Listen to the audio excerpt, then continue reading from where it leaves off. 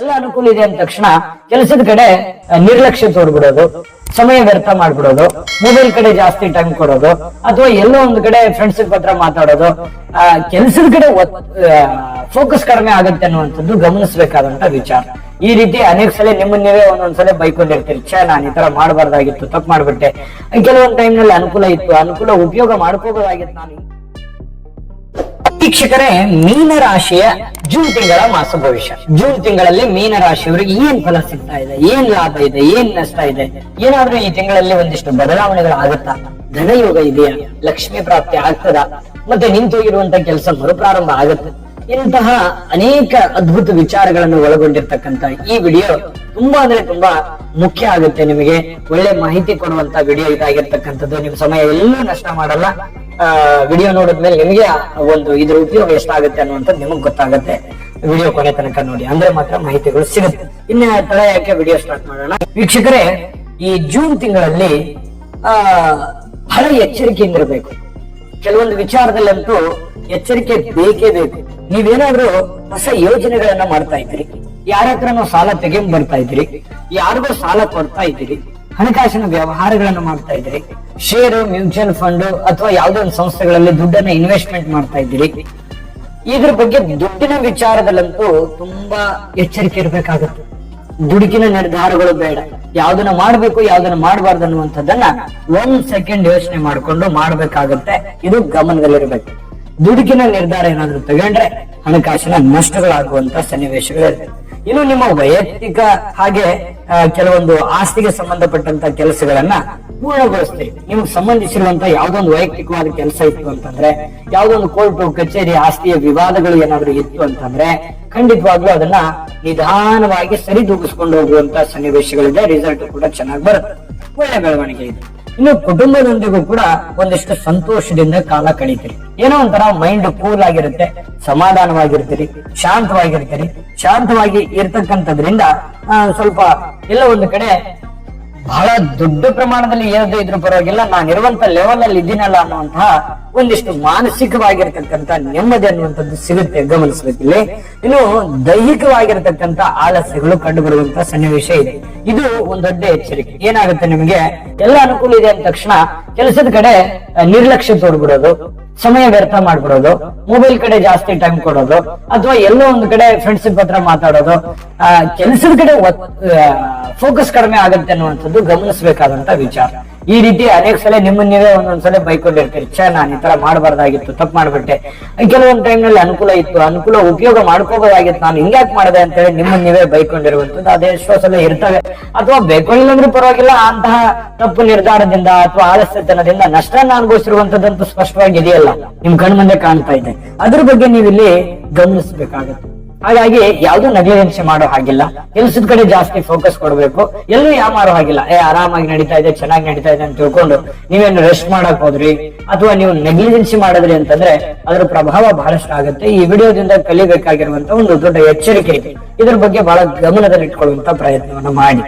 ಇನ್ನು ಆರೋಗ್ಯದ ದಿಸೆಯಲ್ಲಿ ಸ್ವಲ್ಪ ಯೋಗ ಮಾಡೋದು, ಧ್ಯಾನ ಮಾಡೋದು, ವಾಕಿಂಗ್ ಮಾಡೋದು, ವ್ಯಾಯಾಮ ಮಾಡೋದು, ಸ್ವಲ್ಪ ಡಯಟ್ ಮಾಡಿ ನಿಮ್ಮ ಆರೋಗ್ಯದ ಬಗ್ಗೆ ಸ್ವಲ್ಪ ಕೇರ್ ತಗೊಳ್ಳಿ. ಯಾಕಂತಂದ್ರೆ ನೆಗ್ಲಿಜೆನ್ಸಿ ಮಾಡಿದ್ರೆ ಅಲ್ಲೂ ಕೂಡ ಆರೋಗ್ಯದ ಮೇಲೆ ಪರಿಣಾಮ, ಆಸ್ಪತ್ರೆಗಳಿಗೆ ಅಲದಾಟ, ಸುಮ್ಮನೆ ದುಡ್ಡು ಖರ್ಚು, ಈ ರೀತಿ ಆಗುವಂತ ಸಾಧ್ಯತೆಗಳು ಇರ್ತದೆ. ಸ್ವಲ್ಪ ಜವಾಬ್ದಾರಿ ಇರ್ಲಿ. ಇನ್ನು ಸುಖ ದುಃಖಗಳನ್ನ ಒಂದೇ ತೆರನಾಗಿ ನೋಡುವಂಥದ್ದು. ಸಹಜವಾಗಿ ನಿಮ್ಮ ಜೀವನ ಮೀನ ರಾಶಿಯವರಿಗೆ ಅನೇಕ ಅಪ್ ಡೌನ್ ಗಳನ್ನ ಕಂಡಂತವ್ರು. ಸದಾ ಸಕ್ಸಸ್ ಅನ್ನ ನೋಡಿದವರು ಅಲ್ಲ, ಸದಾ ಫೇಲ್ಯೂರು ಕೂಡ ನೋಡಿದವರಲ್ಲ.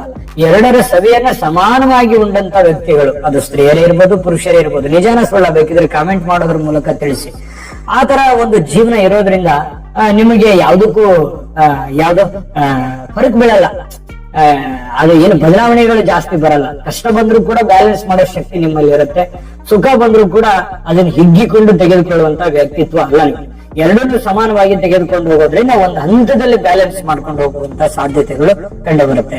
ಇನ್ನು ಅಪ್ರಯೋಜಕ ಕೆಲಸಗಳಿಗೆ ಸಮಯವನ್ನ ವ್ಯರ್ಥ ಮಾಡ್ಬಿಡಿ. ದಯವಿಟ್ಟು ನಿಮ್ಮನ್ನ ಹಾಳು ಮಾಡ್ಬೇಕಂತಾನೆ ಕೆಲವೊಂದು ಜನ ಇರ್ತಾರೆ. ಅದು ನೀವು ಚಿನ್ನದ ಸೂಜಿ ಅಂತ ಕಣ್ಣಿಗೆ ಸುಚ್ಚಕ್ಕೂ ಆಗಲ್ಲ. ಕೆಲವೊಂದು ಡೈರೆಕ್ಟ್ ಆದಂತ ಶತ್ರುಗಳು, ಕೆಲವೊಂದು ಜನ ಇಂಡೈರೆಕ್ಟ್ ಆದಂತ ಶತ್ರುಗಳು, ಕೆಲವೊಂದು ಜನ ಶತ್ರುಗಳು ಪಕ್ಕದಲ್ಲೇ ಇರ್ತಾರೆ, ಗೊತ್ತೇ ಆಗಲ್ಲ. ನಮ್ ಸಮಯ ಹಾಳು ಮಾಡಿ ನಮ್ಮ ಆರ್ಥಿಕವಾದಂತ ಪ್ರಗತಿಗಳಿಗೆ ತೊಂದರೆ ಕೊಟ್ರೆ ಅವ್ರನ್ನ ಏನಂತ ಕರಿಬೇಕು, ಈ ತರ ಇರ್ತವೆ. ಸ್ವಲ್ಪ ಇದ್ರ ಬಗ್ಗೆ ಬಹಳಷ್ಟು ಗಮನವನ್ನು ಹರಿಸ್ತಕ್ಕಂತ ಪ್ರಯತ್ನವನ್ನು ಮಾಡಬೇಕು. ನೋಡಿ, ಸಮಯಕ್ಕೆ ಜಾಸ್ತಿ ಬೆಲೆಯನ್ನು ಕೊಡಬೇಕಾಗುತ್ತೆ. ಸಮಯವನ್ನ ವ್ಯರ್ಥ ಮಾಡ್ಕೊಳ್ಳದೆ ಇರೋ ತರ ನೀವು ಮೇಂಟೆನೆನ್ಸ್ ಮಾಡಿದ್ರೆ ಖಂಡಿತ ಒಳ್ಳೆ ಫಲ ಸಿಗುತ್ತೆ. ಇನ್ನು ಇದರ ದಿಸೆಯಲ್ಲಿ ಆರೋಗ್ಯದ ವಿಚಾರದಲ್ಲಿ ವಿಶ್ರಾಂತಿ ತೆಗೆದುಕೊಳ್ಳಿ, ಏನು ತಪ್ಪಿಲ್ಲ. ಆದ್ರೆ ವಿಶ್ರಾಂತಿ ಆಕಸ್ಮಿಕ ತೆಗೆದುಕೊಳ್ಳಿಕ್ ಹೋಗ್ಬೇಡಿ, ಇದು ಗಮನದಲ್ಲಿರಲಿ. ಇನ್ನು ಸಹೋದ್ಯೋಗಿಗಳ ಸಹಕಾರದಿಂದ ಕೆಲಸ ಕಾರ್ಯಗಳಲ್ಲಿ ಸ್ವಲ್ಪ ಯಶಸ್ಸು ಸಿಗುತ್ತೆ. ಅಂದ್ರೆ ನೀವು ಎಲ್ಲರನ್ನ ಸಾಫ್ಟ್ ಆಗಿ ಮೇಂಟೈನ್ ಮಾಡ್ತೀರಿ, ಯಾರನ್ನು ಶತ್ರುತ್ವವಾಗಿ ನೋಡ್ಕೊಳಕ್ ಇಷ್ಟ ಪಡಲ್ಲ. ಏನೇ ಮನಸ್ಸಿನಲ್ಲಿ ನೋವಿದ್ರು ನೀವೇ ನುಂಗ್ಕೊಂಡ್ಬಿಡ್ತೀರಿ. ಎಲ್ಲರ ಜೊತೆಯಲ್ಲಿ ಒಂದು ಹಂತದಲ್ಲಿ ಮ್ಯಾನೇಜ್ ಮಾಡ್ಕೊಂಡ್ ಬಂದಿರೋದ್ರಿಂದ ಸ್ವಲ್ಪ ನಿಮ್ಮ ಸಹೋದ್ಯೋಗಿಗಳು, ನಿಮ್ಮ ಸಹಪಾಠಿಗಳು ನಿಮಗೆ ಸಹಾಯ ಮಾಡುವಂತಹ ಸನ್ನಿವೇಶಗಳು ಕಂಡು ಬರ್ತಾ ಇರ್ತಕ್ಕಂಥದ್ದು. ಕೆಲಸದಲ್ಲಿ ಯಶಸ್ಸು ಸಿಗುತ್ತೆ. ಇದರಿಂದ ಯಾವುದೇ ತೊಂದರೆ ಇಲ್ಲದೆ ನಿಮ್ಮ ಗುರಿಯನ್ನ ಮುಟ್ಟೋದಕ್ಕೆ ಅನುಕೂಲ ಆಗುತ್ತೆ. ನೋಡಿ, ನಿಮ್ಮ ಒಬ್ಬ ವ್ಯಕ್ತಿ ಯಶಸ್ವಿ ಆಗ್ಬೇಕು ಅಂತಂದ್ರೆ ಅದು ಸ್ತ್ರೀ ಇರ್ಲಿ ಪುರುಷ ಇರ್ಲಿ, ಹಿಂದೆ ಕೆಲವೊಂದು ಜನ ಸಪೋರ್ಟ್ ಇದ್ರೆ ಮಾತ್ರ ಇನ್ನೂ ಅವರಿಗೆ ಅನುಕೂಲ ಆಗುತ್ತೆ. ಯಾಕಂತಂದ್ರೆ ಅನುಕೂಲ ಇಲ್ಲದೆ ಇರುವಂತ ವಾತಾವರಣ ಸೃಷ್ಟಿ ಆಯ್ತು, ಮನೇಲಿ ನೆಮ್ಮದಿ ಇರ್ಲಿಲ್ಲ, 108 ಕಿರಿಕಿರಿ ವಿಘ್ನಗಳು ಇತ್ತು ಅಂತಂದ್ರೆ ಜೀವನದಲ್ಲಿ ಸಕ್ಸಸ್ ಆಗೋದಕ್ಕೆ ಹೇಗೆ ಸಾಧ್ಯ? ಹಾಗಾಗಿ ಅನೇಕ ಏರಿಳಿತಗಳ ಮಧ್ಯದಲ್ಲಿ ಈ ತಿಂಗಳಲ್ಲಿ ಒಂದು ಕುಟುಂಬದ ನೆಮ್ಮದಿತ ವಾತಾವರಣದ ಫಲದಿಂದ ನೀವು ಮಾಡುವಂತ ಕೆಲಸದಲ್ಲಿ ಗುರಿ ಮುಟ್ಟುವಂತದ್ದು, ಸಕ್ಸಸ್ ಸಿಗುವಂತ ಸನ್ನಿವೇಶ ಇದೆ. ಇದು ತುಂಬಾ ಖುಷಿ ಪಡ್ತಕ್ಕಂತ ವಿಚಾರ.